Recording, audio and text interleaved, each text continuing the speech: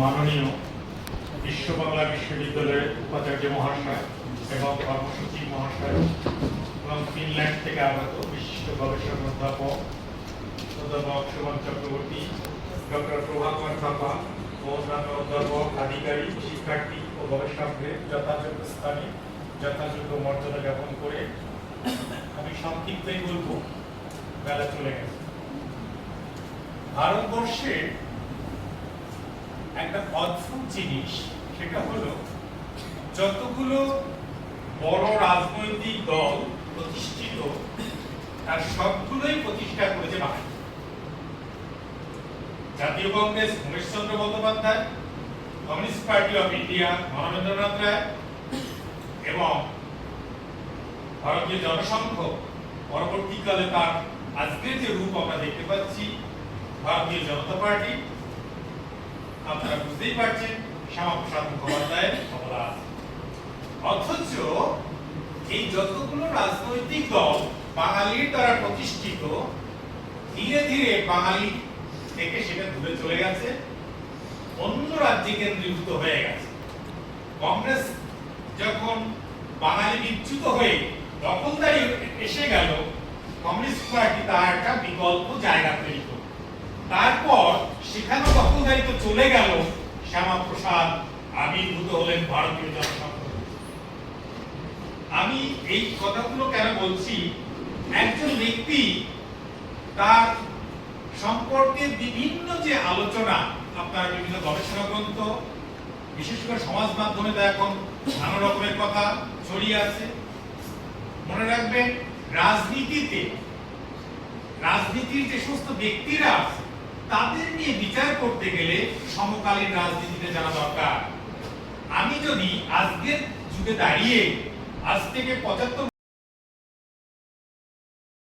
তিনি কি করেছেন সেই সময় আমি জন্মগ্রহণ করিনি, সেই সময়ের আর্থসামাজিক প্রেক্ষাপট, রাজনৈতিক প্রেক্ষাপট দেখলে বোঝা যায় যে তিনি কোন প্রতিকূল পরিবেশে লড়াই করছেন, কিভাবে তাকে অস্তিত্ব রক্ষা করতে হচ্ছে। আর আপনারা যারা নীতি আদর্শ পড়াশোনা করে প্রত্যেকের মনের মধ্যে একটা নৈতিকতা তৈরি হয়ে বসে থাকে। এই নৈতিকতা রাজনৈতিক নৈতিকতা এক নয়। রাজা মহান ব্যক্তি, আপনারা তার প্রশংসায় অনেক কিছু করবেন, কিন্তু তার রাজত্ব পাওয়ার জন্য তিনি যে ধরনের অরাজনৈতিক কাজগুলো করেছেন, ভয়ঙ্কর ক্রিমিনাল অফেন্স গুলো করেছেন, সেগুলো তখন চাপা পড়ে। ঠিক যারা ক্ষমতায় আসে তারা তখন তার বিরোধী গোষ্ঠী কেলেঙ্কারিগুলোকে সামনে নিয়ে আসে, মিথ্যা কেলেঙ্কারিও সামনে নিয়ে আসে। নিজের আসলে দুটো পদ্ধতি আছে, নিজের প্রতিষ্ঠা লাভের জন্য প্রশংসার পাশাপাশি ছোট করে। শ্যামাপ্রসাদ মুখোপাধ্যায় তেমনই তার ভাগ্য দুর্ভাগ্যের প্রতীক। এমন একটা বিষয়, যখন আমরা তাকে দেখব, একটা দিকে তিনি ব্রিটিশ আনুগত্য নিয়ে পড়ে আছে। যখন তিনি শাসনে থাকেন তার আনুগত্যবিহীন কোন ব্যক্তি সরকারি চাকরি করতে পেরে যাচ্ছে। এখনো যারা করছে, 2 বছর আগেও যারা করেছে, আনুগত্যবিহীন করতে পেরে। কলকাতা বিশ্ববিদ্যালয়ের উপাচার্য হবে বড়লাটের পরে যার ইউনিভার্সিটি স্থান, সেই সময় ইউনিভার্সিটিতে হয়, তাহলে তার শপথ আছে চাকরিতে সরকারের সমস্ত নিয়ম মেনে চলা। তিনি যখন সেই দায়িত্ব নেই তখন তার দায়বদ্ধতা নেই। আমরা যে তার কলকাতা বিশ্ববিদ্যালয়ের উপাচার্য পদে থাকাকালীন তিনি এটা করেছেন, তিনি ইউনিয়ন জ্যাকের দিকে সম্মান দেখিয়েছেন। আচ্ছা, যিনি চাকরি করবেন তিনি না দেখানোটা কি দেশদ্রোহিতা? কারণ তিনি দেশের হয়ে কাজ করতেন। কলকাতা বিশ্ববিদ্যালয় ইংল্যান্ডের লোকেরা পড়াশোনা করে, কলকাতা বিশ্ববিদ্যালয় ইংল্যান্ডে নয়, কলকাতা ভারতীয়দের জন্য। এই ব্যক্তি একটা অদ্ভুত, যখন চারিদিকে মানুষ ইংরেজি শেখার জন্য ব্রিটিশ আনুগত্য নিয়ে ইংল্যান্ডে যাওয়ার জন্য লালায়িত, তিনি কি করলেন? ইংরেজি অনার্স পড়ার পরও ইংরেজি এমএ করলেন না, বাংলা এমএ করতে গেলেন। ভাবা যায়, বাংলা এমএ করে সেই ব্যক্তি কলকাতা বিশ্ববিদ্যালয়ের উপাচার্য হচ্ছে। এবং কলকাতা বিশ্ববিদ্যালয় কেন, কোন জায়গাতে বাংলায় বক্তৃতা দেওয়ার ব্যবস্থা ছিল না। রবীন্দ্রনাথকে তিনি আমন্ত্রণ জানালেন বাংলাতেই বক্তৃতা করার জন্য। এটা একটা এইবার এই ব্যক্তিকে সকলে বলে তিনি মুসলিম বিদ্বেষী।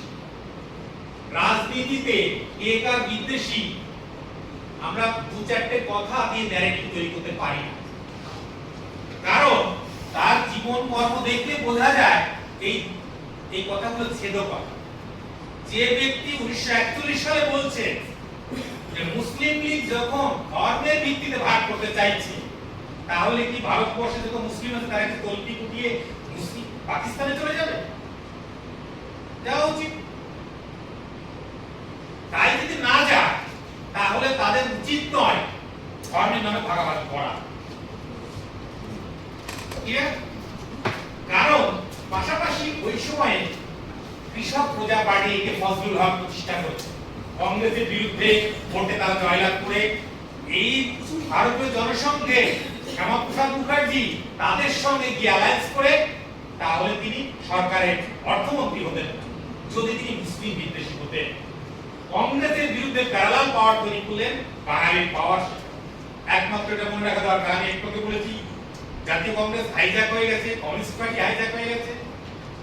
এই যে কৃষক প্রজা পার্টি টোটালটা বাঙালিদের তাদের তৈরি, একে ফজলুল হক তার নেতৃত্বে কারা মুসলিমরা বেশি, তার সঙ্গে তিনি অ্যালায়েন্স করতেন কি করে? মুসলিম বিদ্বেষী হন, তাদের অর্থমন্ত্রী হচ্ছেন কি করে? অবাক কাণ্ড। নজরুল ইসলাম বিপদে পড়েছেন আর্থিক কষ্টে, চিঠি লিখলেন একে ফজলুল হককে, কোন রকমের উত্তর দিলেন না, চুপচাপ হয়ে গেলেন। কে নজরুল? যদি এতটা উদারপন্থী হতেন একে ফজলুল হক, নজরুলকে দিতেন? দেননি। নজরুল কি করলেন? তার পরপরই চিঠি লিখলেন শ্যামাপ্রসাদ মুখার্জি, ব্যক্তিগত উদ্যোগে তাকে আর্থিক সহায়তা করলেন। আমি এই কথাগুলো কেন বলতে চাইলাম যে আজকে তো চারদিকে ন্যারেটিভ চলছে এই ক্ষমতা এসেছে বলে এটা করছে, তা নয়। আমার গবেষণা করতে গেলে নৈর্ব্যক্তিক নিরপেক্ষ নির্মোহ হতে হবে, কার প্রতি ভক্তিও থাকবে না, বিরক্তিও থাকবে না। কারণ পায়ে ধরে ঘুমিয়েও করবো না যে তুমি সব, আবার খারাও ছেটাবো না।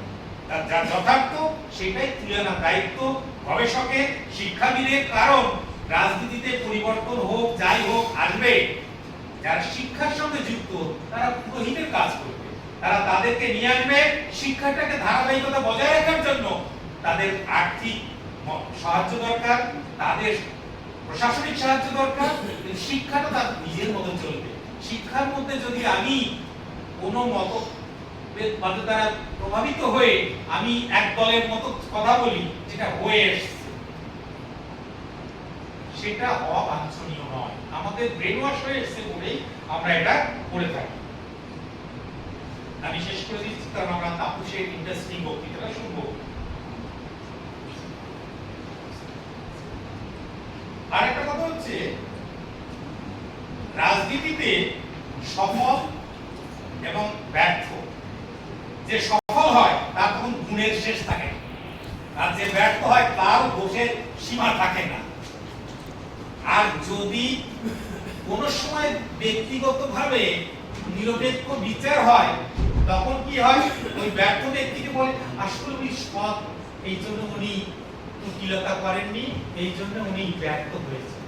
রাজনীতিতে সততা অসততার জায়গাটার পরিমাপকাঠি আলাদা, মেজারমেন্ট আলাদা। আমরা দৈনন্দিন জীবনে যেটা জীবন ধারণ করি সেই নৈতিকতা ওটা আলাদা। আমি ছোট্ট এক্সাম্পল দিয়ে শেষ করবো। চাণক্য তো সারা পৃথিবীতে বিখ্যাত রাজনীতির জন্য, ইকোনমিক্স এন্ড পলিটিক্স, এটার জন্য। তা এই ব্যক্তি ব্যক্তিগত জীবন কত ভয়ঙ্কর ছিল, তা নিজেরা পড়াশোনা করলে তখন বুঝবেন একে শ্রদ্ধা করা যায় না, একে ভক্তি করা যায় না, একে দূর হয়ে যাওয়া উচিত। চাণক্য আমাদের জন্য অর্থশাস্ত্র লিখেছে, রাজনীতির বই লিখেছে, কিন্তু তার জীবন বৃত্তান্ত নিয়ে আমি বলে দিই, যারা সংস্কৃত বইটা পড়বে, মুদ্রা রাক্ষস, বিশাখ দত্তের, এটা পড়লে বোঝা যাবে চাণক্য কত রকমের কুটিল হিংস্র অপরাধী। চন্দ্রগুপ্তের রাজসভায় তিনি মন্ত্রী, তাকে প্রতিষ্ঠিত করেছে, কিন্তু তিনি মনে করছেন তার চাইতে বুদ্ধিমান ব্যক্তি আরেকজন আছে তার পাশের রাজ্যে, নামটা রাক্ষস। উনি মনে করছেন তাকে দিয়ে চন্দ্রগুপ্ত সব কাজ সম্পন্ন হচ্ছে না, ওই যে রাক্ষস নামে যে ব্যক্তি আছে তার পাশে যাচ্ছে, সে যদি আসে চাণক্যকে না হলেও চলবে। তাহলে আবার সে এতটা নৈতিক চরিত্রের লোক যে সে কোনো মতেই ওই রাজত্ব ত্যাগ করে চন্দ্রগুপ্তের কাছে আসে। তখন কি করছে চাণক্য?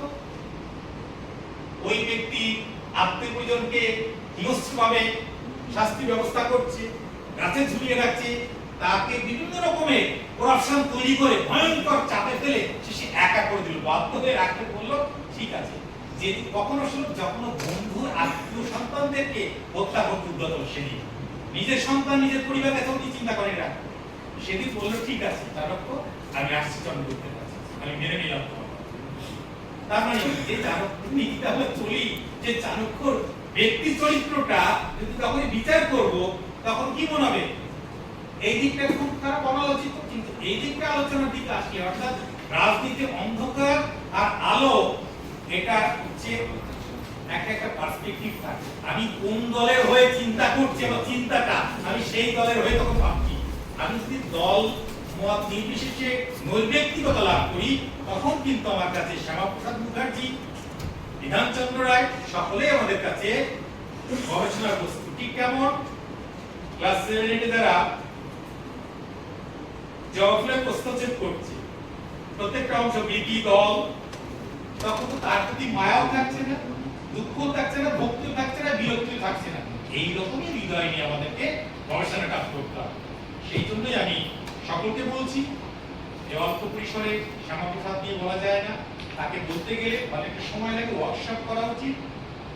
আমি সকলের কাছে অনুরোধ করছি তারা যেন নিজেরা নিজেরা এই মোহ ত্যাগ করে নির্মোহ চিত্তে পড়াশোনা করে, গবেষণা করে। ধন্যবাদ, নমস্কার। সাধু সাধু সাধু।